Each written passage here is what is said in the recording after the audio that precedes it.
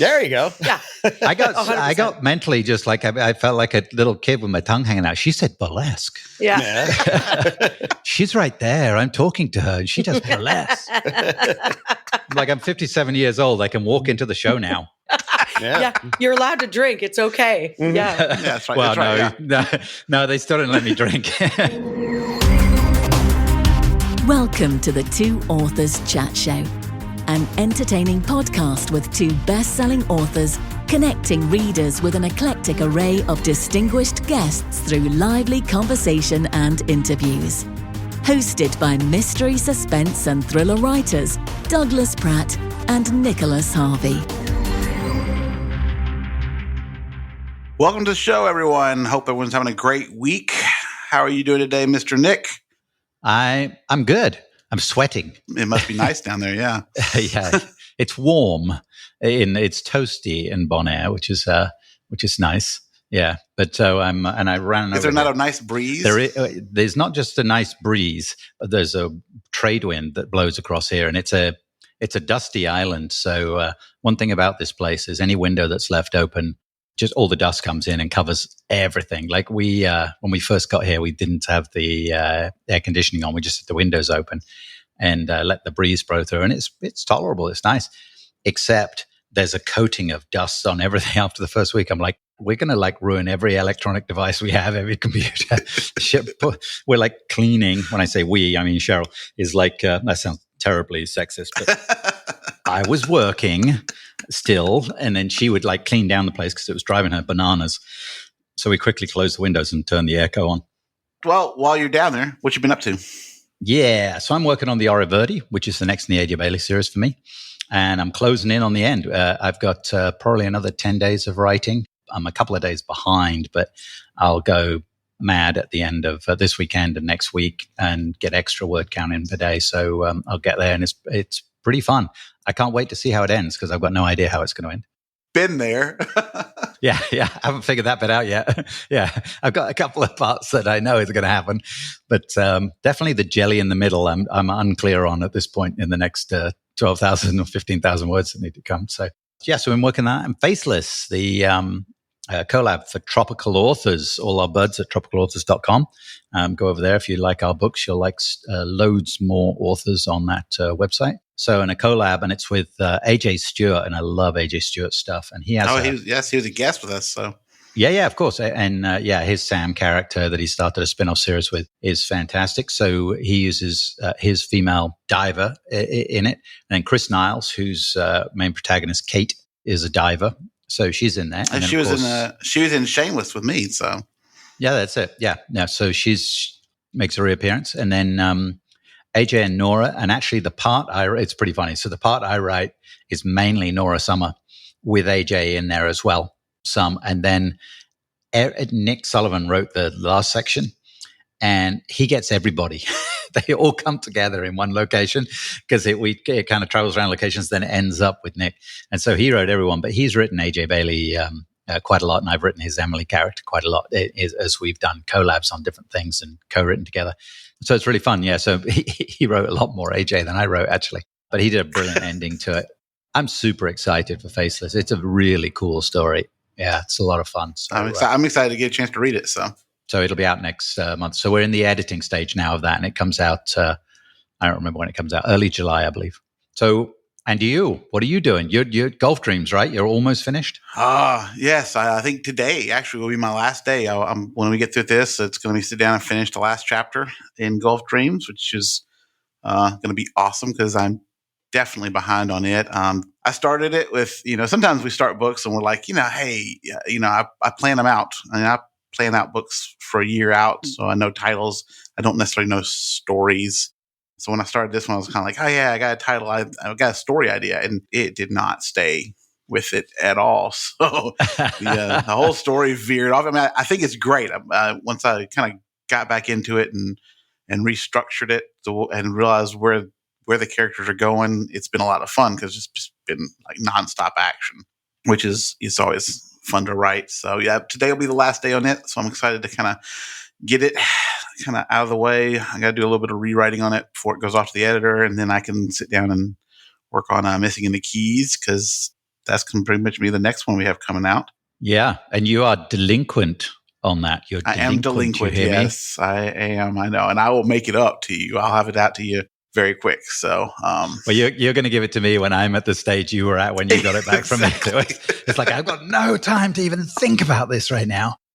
Just want this done. Yeah. And that's what I guess people don't realize. Like when you're in that storyline, like I got early on, I can write 3 different books at the same time. But when you get past the middle and you're into that, it is like a downhill run where you just, I could sit there and write all night if I didn't just get exhausted, or my wife didn't come along and say, "Hey, it's time to go do something else." Because you're at that point, you're like, I just want to go. I know where it's going to. I know where the ending's coming. I know it's about there. So it's a lot of fun to write it. So now, I actually kind of got past all the action. It's really just kind of the wrap-up chapter that I've got left.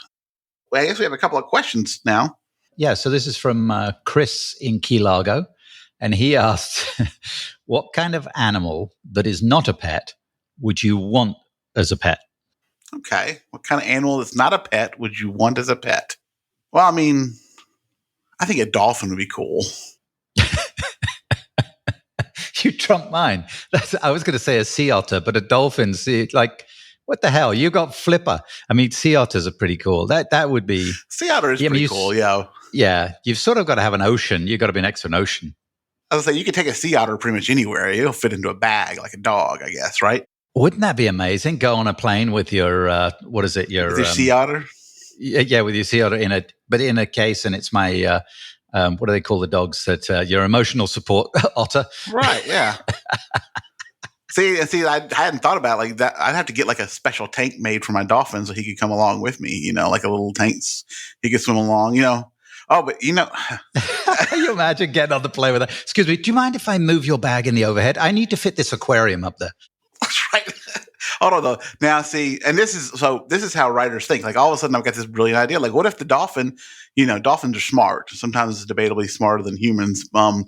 So, you could have a dolphin who rides around in his own little aquarium.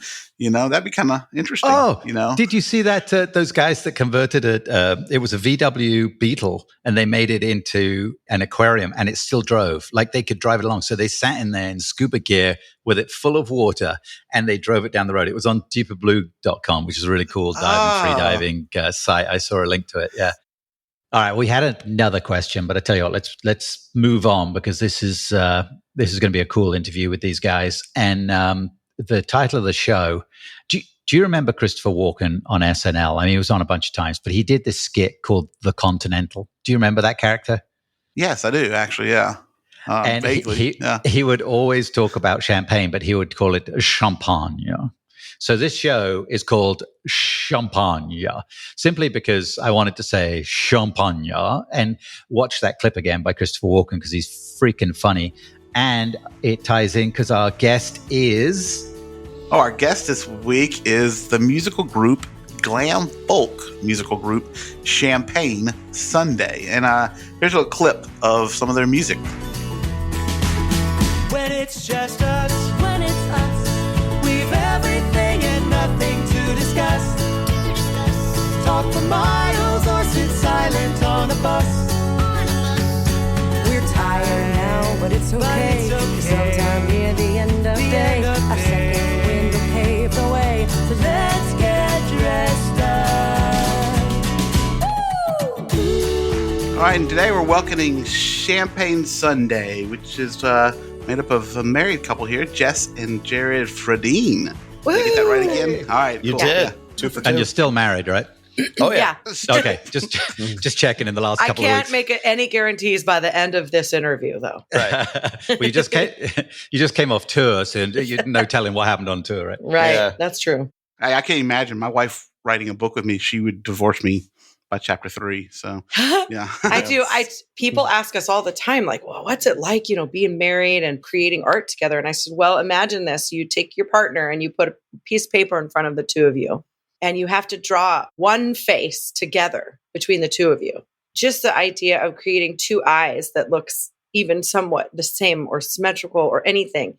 By the end of that drawing, you're looking at it and you're just like, oh, this doesn't look human at all. Picasso. Absolutely. And so then trying to find some sort of beauty in like the weird anomalies and the strangeness of like everybody knows, okay, clearly this is trying to be a face. But okay, how do you like kind of communicate that to other people? So it's pretty fun. It's a challenge always. That must be crazy. So do you ever sit down? Immediately, we're off our script of questions because this opens up some great stuff. And this is generally how it goes. So I'm fascinated. So the two of you, do you always write everything together or do you sometimes write songs alone? A lot of times, Jessie will write the skeleton of the song, and then she'll show me the song, and I'll be like, "Oh, I like the message. Let's lose this verse." Or I'm the editor of the thing. It's like I'm not feeling a hook, and then I'll come in second and do the polish and whatever else to it, and tear it apart. Say this isn't making sense. Let's try and rewrite this or that. Well, and the two of us, I'm a better writer as far as like words go. Yeah, a communicator in that way. Jared is the musical capability right. in all way. He plays a lot of instruments. Mm-hmm. He comes at it musically much different, and he has many more skills when it comes to like. So you're kind of like Elton John and Bernie Taupin, but you do it in the same room. As a matter of fact, we're compared to them all the time. No, just kidding. No, yeah. Oh God, no, I can't. Lightning's going to strike down through our roof here. No, I You've don't mean got some outfits that Elton would wear. Oh yeah. Oh yeah. Oh my. That's why we call ourselves glam folk, especially because of that. Like, you put the folk aspect in with the actual the stories and the writing and the real kind of grassroots movement of what we do. We don't have a manager, we don't have a producer, anything like that. You cover the whole thing, and then in you glitter. put it all in glitter and sequins, and you just say, "Fuck it, what's going to happen now?" Right? It's pretty fun. We also did burlesque for 8 years, and so when you combine like all these things that we love to do together, kind of our creative monsters, and you just put them all on stage. It's really hang on. You did burlesque as well. So yes. Now wait a second. You were the band in a burlesque show. You were you were on stage. I was the host. She was. So you're looking at Adora and Fedora Borealis. Oh my God, that is brilliant. Yeah. It was weird because our full-time job is the musicians, but then our side job was being the burlesque performers. I was like, it's like if Superman's alter ego was Spider-Man. Yeah. There's no downtime. There's no downtime creatively. And so you're at some point something has to give. And unfortunately we had to kind of walk away from the burlesque as a full-time endeavor a couple months ago. That was tough because like you build a family. I mean, there were 13 girls that were coming in and out of the troupe, and they all just adored my husband, and we were all great friends. And so it's just still are. Yeah, oh yeah, absolutely. But kind of like when it was crazy because all of our creative energy during the show times was just going right towards them. Because we're building costumes and Jared's writing scripts, and it's just crazy. And then he's having to host the whole thing, introduce all the girls. And the way we did it was much more like a theatrical production. Right. So we brought that to the troupe. I do a lot of their music editing too, like smashing together songs and things. Yeah. And so that it's not like traditional, just kind of cabaret burlesque where it's just like kind of one-offs. It's like Jared wanted to create a theme to run through every show. And so we kind of did it a little different, but then we had to release that. And as soon as we did, it's like we wrote like 4 new songs immediately because we had the bandwidth again to be able to really push towards what Champagne Sunday needs to be doing. And we've had Champagne Sunday as our project, our life, our goal, our everything for 18 years. It went from being, here we are, 2 young adults creating a band, to like, there's people that are actually listening. Like, yeah, they give a shit about what we're doing. So like, then we're married, and it's like somewhere the shift went from like band, relationship, whatever, to like relationship and band together. And then we had our son, and it's just all this kind of conglomeration, like goulash of all of the things. There isn't a separation anymore. It really is all part of what we do and who we are. So we had to pull ourselves away from the other creative endeavors so that we could focus 100% on the Champagne Sunday. Yeah. Right. That makes sense. Yeah. It's, in what we do, Doug and I are both, we're writing a series together, and we've done collaborations with other people. And there's times we've been talking about this a lot lately because, especially earlier this year, we've got multiple novels in play. And so you're writing one character in your own novel, and then you're writing one of your other characters in another that's a completely different plot line. And then there's these new characters that Doug and I have brought up in a one to go together. And you're trying to mentally switch gears and put yourself in these protagonists' heads and these storylines. And I can imagine it's, we're kind of writing in the same genre, but it's like you're doing that, but like you're writing in 3 different genres. So you've got to go from like thriller to sci-fi to romance, that's crazy. And now Nick is like, we could do burlesque too. Huh? There you go. Yeah. I got mentally just like, I felt like a little kid with my tongue hanging out. She said burlesque. Yeah. She's right there. I'm talking to her and she does burlesque. Like I'm 57 years old. I can walk into the show now. Yeah. You're allowed to drink. It's okay. Mm-hmm. Yeah. Yeah, that's right. Well, that's right, no, they still didn't let me drink. Well, That's probably for the best. Where are you guys anyway? Yeah, where are you guys located? You're probably different.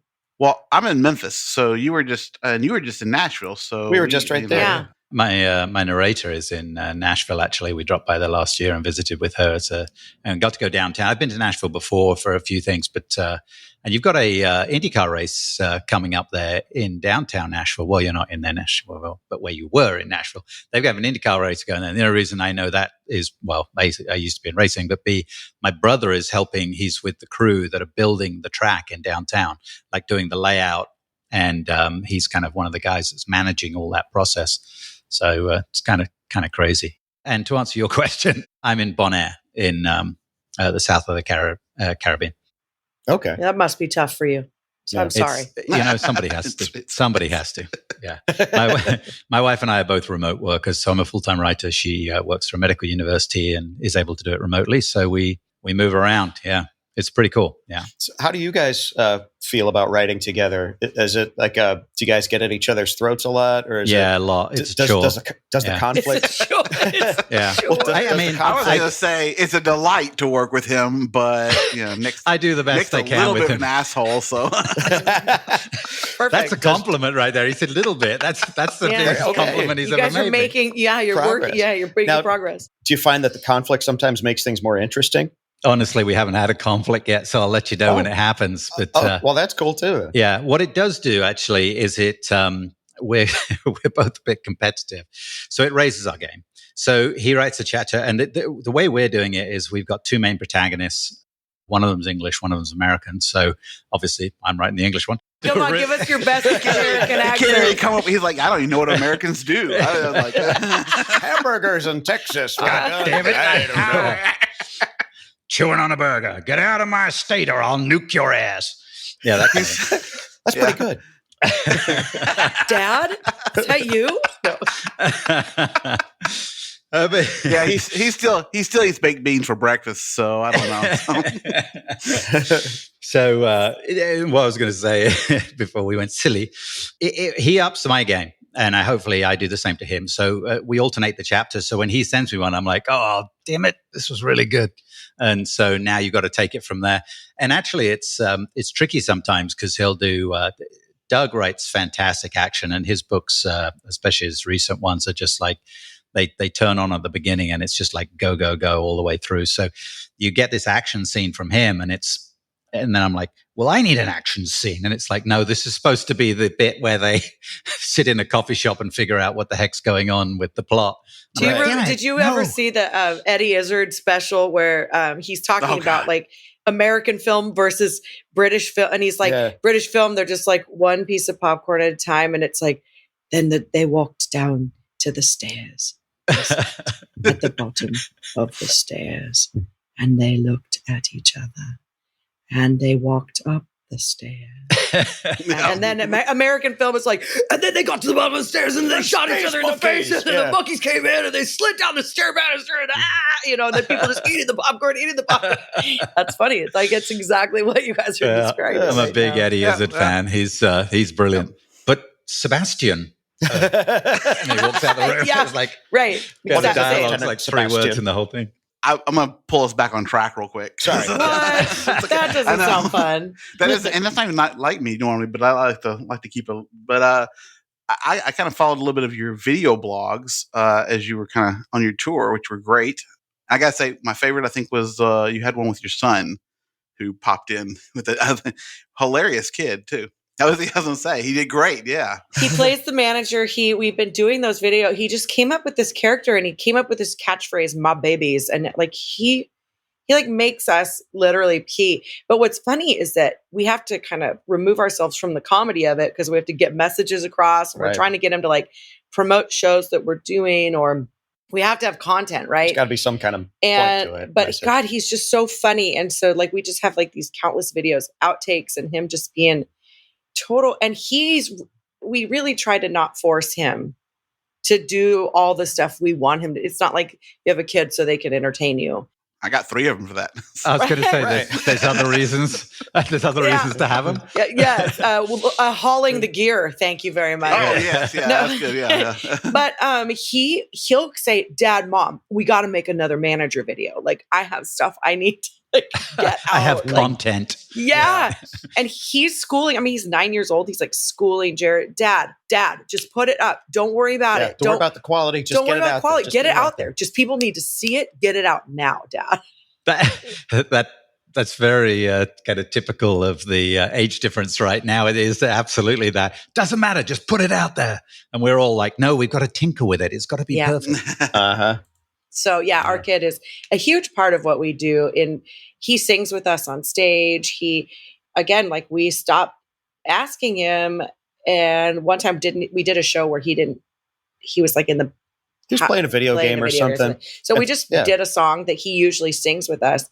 And he heard it like halfway through and comes out. He's just like sobbing. We're like, what is going on? He goes, well, I'm part of the band. And that's the song I sing on.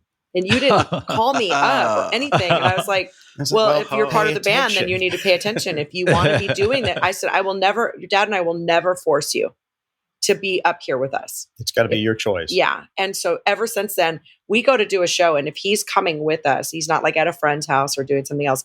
He like dresses up, wears this 3/4 coat and a hat, and just like, okay, I got my game suit on. Let's do it. Like, oh my God. In it. Yeah. Kid's gonna be pulling groupies. I know. Oh, he does. He already does. He'll say, if you need autographs signed or you need anything, you just come to me. I'm going to be sitting over here at this table. We're like, oh my God. That's we did awesome. a show. We did a show down in Durango. Afterwards, we look over at Rudy and he's signing girls' arms. And like they're just saying, "Here, can you sign this for me? Can you sign this for me?" And he's like, "Okay." And he's just handling it. Wait till he's 16. He'll be signing other things. I know. Oh, I know. I know. We recently asked him if he could sell our merchandise for us. And I swear to God, this is his response. And then we can move on. But he looked at us dead on in the face. And he says this, "I can do that. I'm going to need a striped hat and a cane." I was like, to sell our merchandise? And he's like, yeah, like step right up. Here's some merchandise. Come and get your merchandise. Awesome. I'm just like, who is this child? He's a very subtle and shy child. Yeah, it sounds that way. Yeah. That'd be hilarious. You're on stage trying to play and like you're being out yelled by the kid selling merch in the back. Yeah, not uncommon. He's been that way since he was like 2 years old. Yeah. I wonder what would have happened. I mean, obviously he's musically talented. He's singing. I presume he's playing instruments with you. Yeah, piano. He's learning piano right now. Mm-hmm. You always wonder if you have the kid and he's like, nah, can't play a lick, can't play a note, can't sing, can't. For a while, that was the case. Like, well, he just didn't want to. It's not that he couldn't. Yeah. It's that he was like, I don't think I want to do music. And we asked him, why not? And he goes, because it's too hard. Look at your job. I don't want to do what you guys do. That looks exhausting. It wasn't for lack of wanting to sing. He loves doing that. He just thought it was too hard. We put him in piano lessons, and he started. His instructor would say, "Hey, let's. What do you like to do?" He's like, "Video games." He's like, "Oh, do you know this one?" Da da da da da da. Boom. And so he starts learning the Mario theme. Yeah. And then he starts learning all these other video game themes, and now he's actually becoming a pretty decent piano player just from playing video game stuff. Oh, that's a brilliant association. That's right. Yeah. That's great. That's awesome. Yeah. Video game music is complicated and beautiful. And I know that people are just like, whatever, but it's hard. People have to spend a lot of time writing that stuff.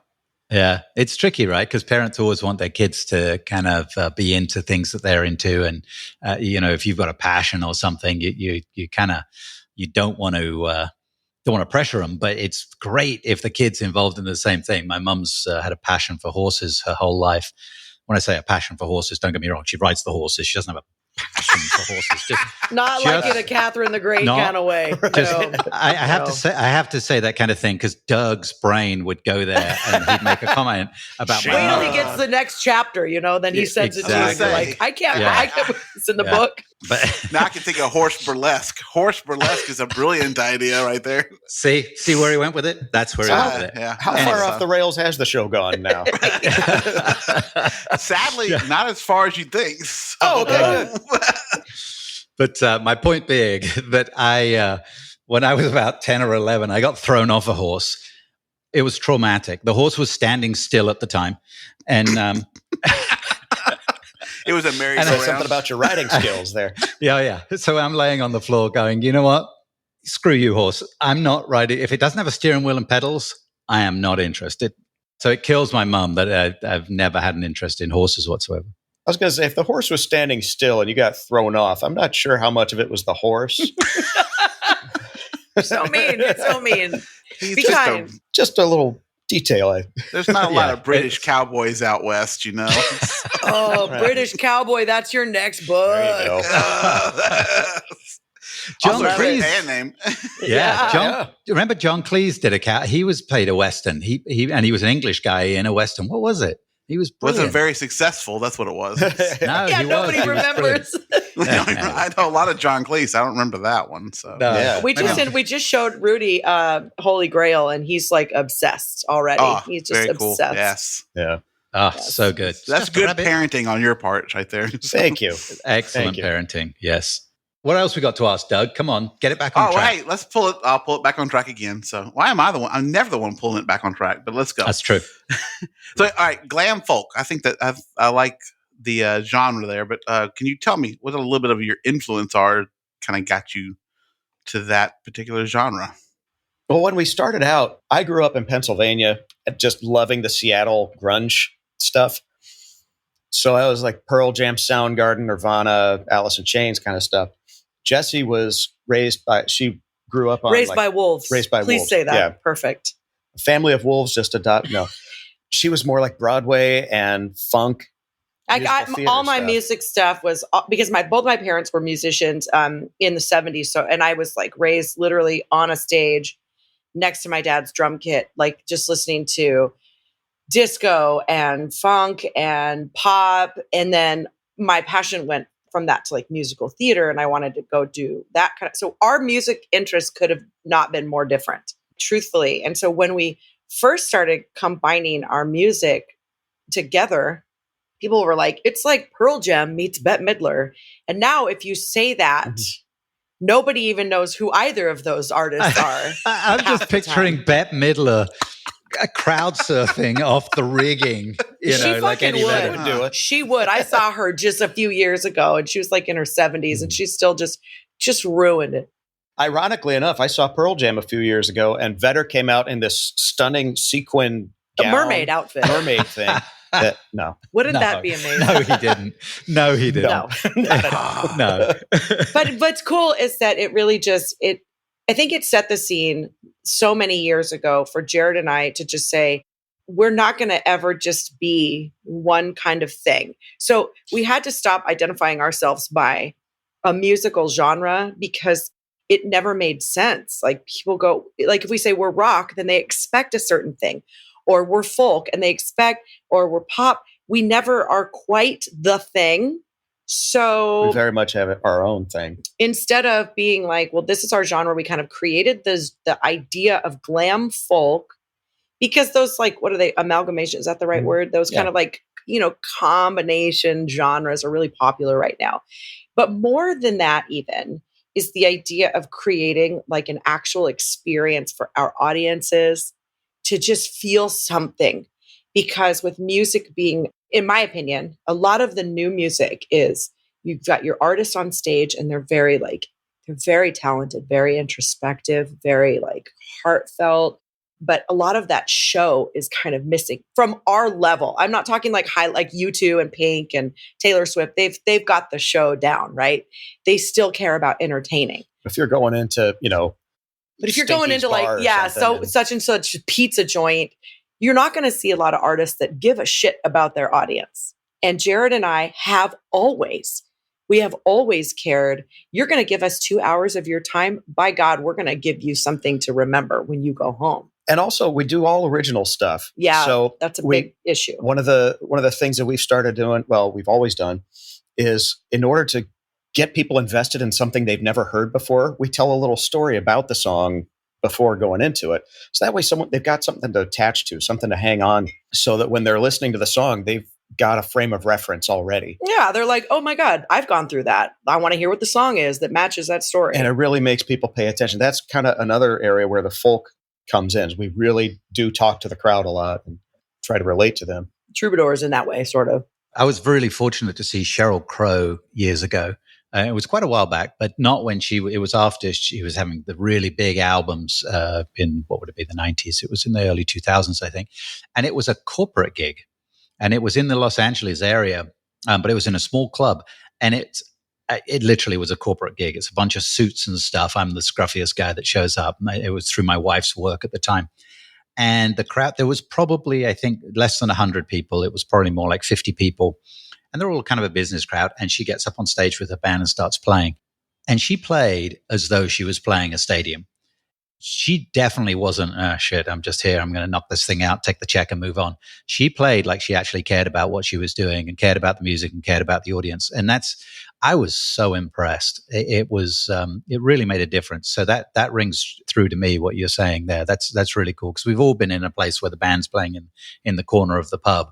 Depending on how much they engage really depends on how much you engage, right? I mean, right, and that's so true.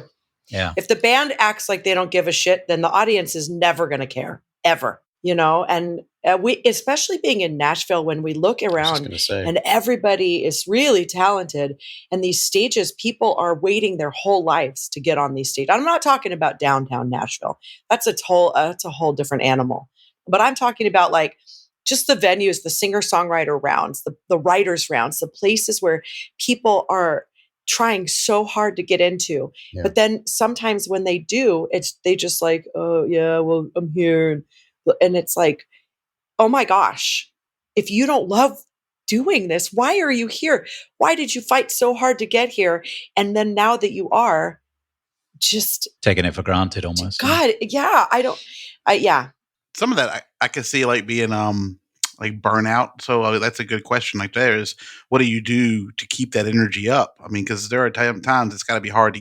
Heck, I have hard times writing a scene. I can't imagine going, well, shit, I got to get up on stage again tonight. And I feel, Well, we have each other, which is also really helpful. We aren't alone. Yeah. That's a big thing. Like Jared and we are such a unit. We're like probably textbook codependent. Like really, I mean, we probably are. The therapist would be like, maybe you should pull apart a little bit here and there. But for 18 years, it's really worked well for us. Yeah. I was going to say, tell the therapist to get stuffed and right. do what you're doing. We've lived in an RV together for 3 years. Like we haven't spent more than 5 days apart at one time. So it's just like when I'm low, he's like, I got you. Come on, let's get through this. Or if he's low.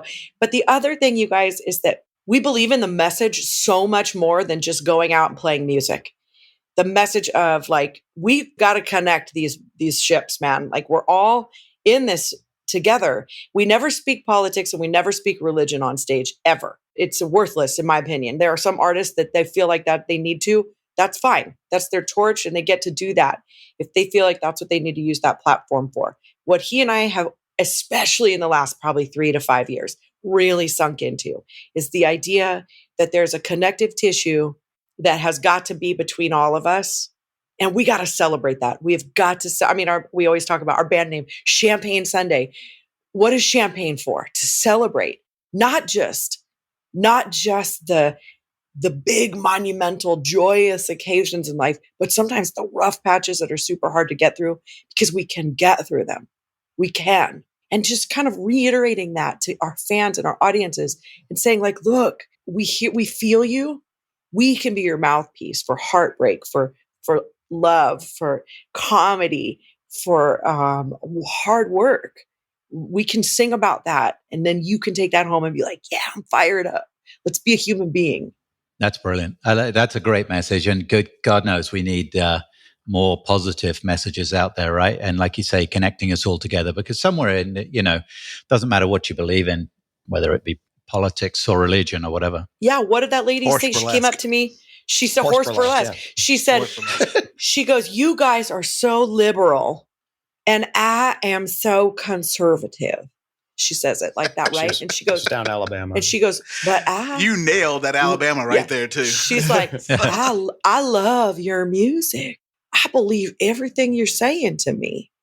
I believe it. feel I it too, feel yeah. it. And I'm just like, well, good, because then that's it, right? That's the success. Oh, don't you wish you were more successful? Don't you wish you'd made it? Oh man, we hear that all the time, you guys. Like, people apologize. Oh, I'm so sorry. There's only 10 people here. There's only 8 people here. There's only 50 people here. There's only 100, whatever it is. And they're like, I'm so sorry. You guys, why haven't you made it? You should have made it by now. What's I'm like, made who's- it? You know, Right. Who Who says defines I made haven't? it? Who Yeah. says I haven't, man? We broke through to a woman in Alabama who's a total conservative, who sat down and watched 2 Mohawk, crazy kind of like folk punk glam Liberal human hippies. liberal hippies that have played at nudist parks before and have done burlesque, and we connected. To me, how do you make it any more than that? That's rad.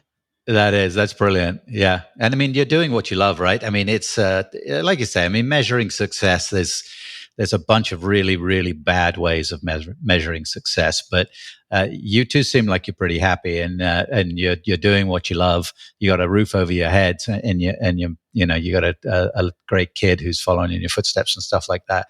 It looks like you've made it to me. Yeah, absolutely. I'm all right. That's awesome. Let me ask you this. So, touching on something we talked about earlier, the music and categorizing it. It's horrible, right? Categorizing. We have the same issues in genres in writing, of course, because there's we're in this tropical authors group, so we're sea adventures, but we're sort of thrillers, but we're mysteries, and we write some. It's endless, right? It can really be a mess, and people get the wrong impression. So, how has your music evolved? I mean, you've been doing it for, you said, 18 years now together. You've gone through all these experiences. You've had a kid. I was listening to a bunch of your stuff on iTunes over the last couple of days, and the sound has changed. No question about it, right? So what do you feel about what has caused the biggest changes? How have you evolved, and what's caused that evolution? I think we've both settled down a lot. We've let down our guard and understood that the other one isn't trying to change the music in a bad way. We're both fighting the same fight, and we just have different ways of working with it. Sometimes her way's better, sometimes my way's better, and sometimes we both. I think just allowing each other to do what we do has been a big being calm evolution. within the writing, and just not being so precious about. Well, I don't. This is I me. don't like this is mine. Like, Yeah. you're not attacking me as a person. I'm attacking the line. I don't like that the line way it there. feels, Or if she doesn't like that chord, it's like, okay, that's fine. Let's find something. Find something we can agree on. But I think intrinsically, what has changed is that we have spent many years really seeing who we are not. Yeah. And that, I think, is such a revelation about who you are. Mm-hmm.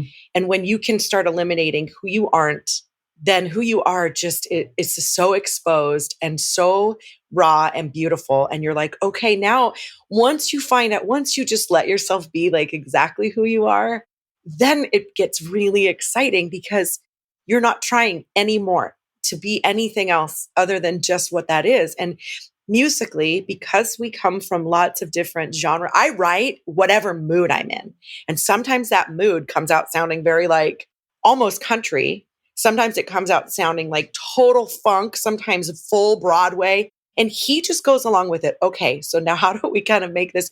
We don't try to change it. It's just, okay, this is who it is. This is where it is right now. But people will hear us and go, oh, you know what you guys should do? You should go to Nashville. You should go to Austin. You should be full country singers. Okay, whatever. Then, oh, you should go to New York and just do full Broadway. You should go. And you should change oh my your name. God, We've heard that a you lot, guys, too. and when you're young in your craft, there is a bit of listening. There are a few artists, in my opinion, that come right out the gate and they're just like, fuck it. I know exactly who I am. But even some of those innovators, like they change and then the world gets angry at them. How dare you change? How dare you? Well, for us, we got lucky because we never got discovered. So we got to grow and evolve and change on our own, in our own way, in our own time, and just kept shedding all of those things that we aren't to like reveal the awesome thing that we are, which essentially is just madly in love, celebrating life. And those things aren't cool. When you're when you're a musician and you're trying to start, those things aren't cool. No, it's supposed to be heartbreak and You're supposed disaster. to be like grungy. You're supposed to be filthy and sad and alone and blah, blah, blah. As a matter of fact, when we started dating, our bassist at the time was like, don't tell anyone that you're dating, because that's going to ruin our image. And people are going to wonder, they're not going to wonder anymore, which one can they sleep with and blah, blah. I'm like, ew, I don't want my audience. The more we just kind of started, I think the evolution, to answer your question, was just a lot of shedding, like she said, who we aren't. That just really came out musically as well. Yeah. Then now we're like, well, is this exactly what we're trying to say? Right. Does this align with who we are? No. And then it's easy to just release it. Yeah. And you have I would say with what I've listened to, you have a very distinct sound at the core of what you do, but your overall sound really moves around and it uses a lot of different instruments, a lot of different vocal sounds, a lot of different musical sounds. And it's really nice, but there's this anchoring core probably from your voice and the kind of lyrics. And there's something about it that's very similar throughout. As soon as you start listening to it, you can tell it's you guys. It's not like it's just leaping all over the place, regardless of who's doing the vocal. But man, it moves around. It does all these different sounds and stuff. It was really cool. A lot of energy. We don't like to be bored, so we don't want our audience to be bored. So it's just constant freshness and fun. And she'll come to me. So with the burlesque thing, we recently did a I'm so sorry, by the way. That's all right. We did a burlesque Wizard of Oz. Oh, yeah. And she played the great and powerful wizard. I did. I hosted the thing as Toto, and which was fun. But he was more like a Brooklyn. Hey, yeah, you ain't not gonna fucking believe what happened to me last week, right? That's awesome. So her thing is she always sings while she's doing her strips. She said, if we're gonna do this, I want to write a song for it. Ooh. So she's like, okay. She had the whole lyric thing mapped out, like the melody and lyric already. And she came to me with the melody and all of that stuff, and just said, okay, now write something burlesque to go with this. Burlesque. Yeah. And so we did. We put like a big horn band in there, and drums, so good, organ, and all kinds of crap. And it was just this huge band track, and it was like it needs like a 16-piece orchestra to like if we were going to play it live, it would just cry. It's called The Great and Powerful, and it's just this whole woman empowerment, just big, gigantic song. So we did that, and it's kind of like, well, now we've got that to add into our list of weird things that we do too. Place you've been, and you said organ in the same sentence as burlesque. So right, I like these guys. I'm the problem. Everybody's like, "Hey, Doug's the problem." No, it's totally me. Right? No, yeah. Can't imagine why we get along. All right, so what's coming up next for you guys? What's down the road? Oh, we just got off a tour, which means we're getting ready to go on another one. This year we put them a little too close together, and we were gone for 7 weeks, which we probably won't do again without our boy. He stayed home because he had school, but this time he gets done with school and we hop on the road. We're going to be gone just 1 month, which is nice because he turns 10 in August, and so we promised him we'd be home for his birthday month this year because sometimes we are on the road. Some of it, and he just wants like a normal kid summer. But we're going to be hitting Utah, South Dakota, Montana, Colorado. Mm-hmm. I think those four this summer, and any place else that we find along the way. And that's a month. And how many gigs will you do in that 30-day period? Not too many. 10, I think. Maybe? I think it's a lot of driving. Honestly, they're a lot, and because. The other interesting thing about being independent and booking yourself and also knowing your worth, which is a big part of it, you guys, is you're going to eliminate a lot of little places to play. So, it's like, oh yeah, come through here. We'll throw you $50 and some beer. I'm like, well, I can't feed my kid with beer, and $50 is going to do jack shit for my gas tank. So if you want a quality night of entertainment and a big show and a wonderful experience, then you will pay us what we're worth. And so a lot of people are just kind of like, yeah, we can't really do that. Then they see us or hear about us from some other avenue. And then they're like, oh shit, you really are worth that. Like half the time we go in, and when we're on the road, we actually drop our prices a little bit so that we can at least get any gigs, right? We'd rather be playing than not playing. But people every time, they're like, we agree on a price, we get there, we do our show, and I'm not kidding you, every time they go, oh my God, here's more money. Yeah, that was a deal. We're so sorry. We didn't know. Well, and of course they're not going to know, because half the time venue owners, they don't have time to really do their homework and dig into the Champagne Sunday thing, or they're not going to watch our live performances and go, oh my God, we're getting this band.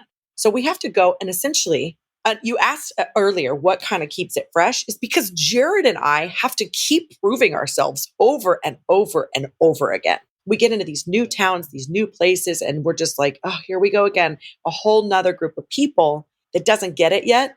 And that's okay. But that's what kind of keeps it fresh, is that we have to kind of keep starting back from the beginning. We never get that complacent, like, oh, we're amazing. Everybody knows it. It's just like, please love us, because I promise you it's going to be so much fun. It's worth it. It's worth it. So if you're in those states, you have to be at a certain altitude to see them in the next month or so. Then they catch their tour.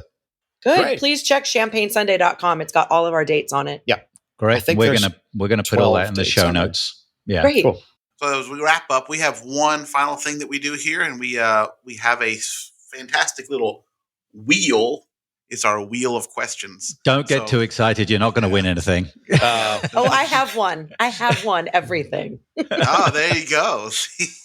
But anyway, we like to spin the wheel. It has a sound effect, so it's always the best part. Well, if it doesn't hit my mic, let me try that again. that was a different sound effect. So this one is, our question for you is, what is your favorite word? Mine, I actually really like the word borealis. Oh, well, you hang on. Isn't that the dog's name?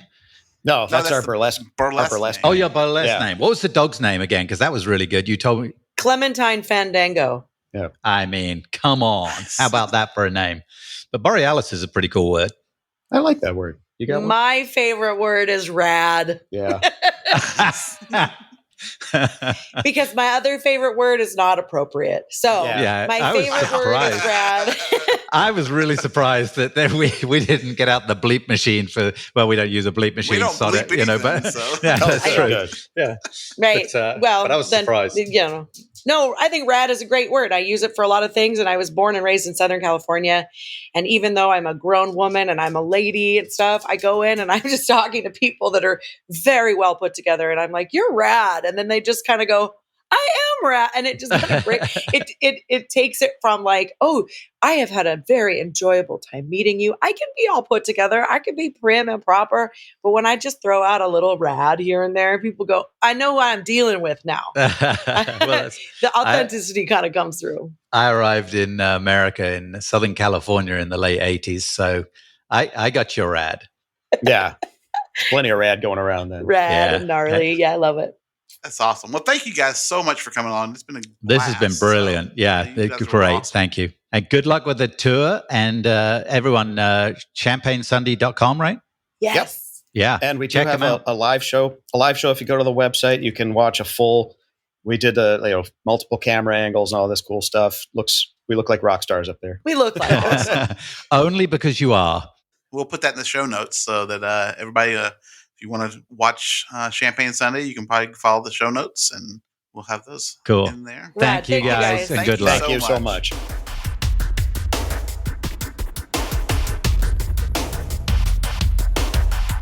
All right. Thank you for listening, everyone. That was a great show. Champagne Sunday. Champagne. Champagne Sunday. They were fabulous. That's awesome.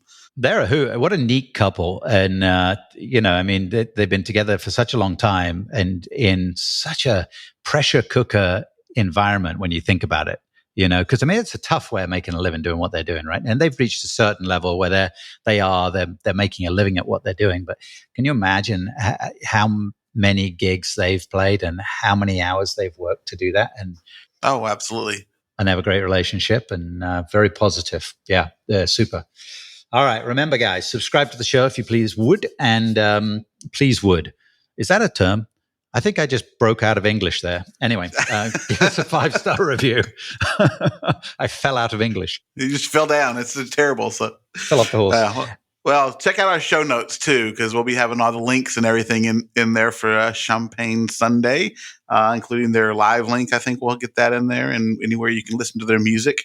And definitely go check it out because they're great to listen to. That's really good sound. So yeah, a lot of fun. Really cool. Support the show by buying books or gifting books to somebody you like or don't like. We don't mind. Just buy our books. Just buy our books, damn it. Get out there. I mean, Missing in the Keys is coming out in August. So get out there and pre-order it now while it's on sale. You better, and then we better finish writing it. Yeah. We'll give us a little boost. Oh, and next week we have the esteemed Nick Sullivan, our other Nick, who is Never heard Nick of him. Sullivan. Never heard of him. No, he's co-writing with you on Faceless, in case you didn't know. So, that guy, that Nick Sullivan. Yes, no, yeah. Also, actor. He's been in a ton of stuff. He's been on stage, and he's been. I saw him on Law and Order once. Yeah, he's been on Law and Order. I think he'll have to tell us how many episodes, but he's been in loads of them. There's lots of different characters he showed up. So he's also he narrates a lot of books. He does and he writes his own books. I don't know how he has time to do any of this. So, but yeah, he does a lot of that and runs the Tropical Author website. So again, check out tropicalauthors.com. Until then, guys, be cool to each other. And fair winds and following seas. You've been listening to the Two Authors Chat Show with Nicholas Harvey and Douglas Pratt.